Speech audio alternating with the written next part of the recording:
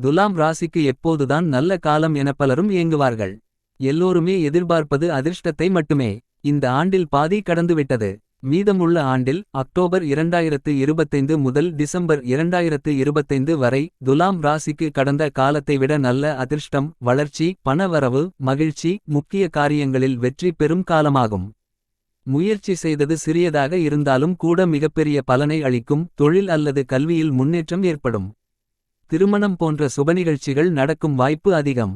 பணவரவு, சொத்து வாங்கும் சந்தர்ப்பம், அரசு சார்ந்த ஆதாயம், புதிய வேலை வாய்ப்பு போன்று ஏராளமான பலன்கள் இந்த கால கட்டத்தில் அதிகம் கிடைக்கும். ஏற்கனவே வேலை, தொழில், கல்வி, திருமணம், உடல் நலம் போன்றவற்றில் அனுகூலம் தேவைப்படுபவர்களுக்கும் இந்த காலகட்டம் சிறந்த காலம் ஆகும்.